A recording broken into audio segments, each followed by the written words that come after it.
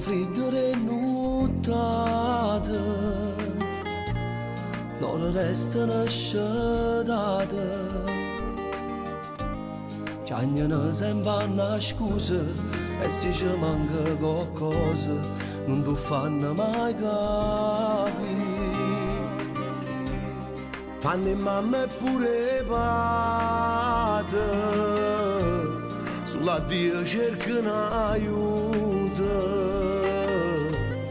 Vindulietta che creatura e mano una fotografia che le tiene compagnia.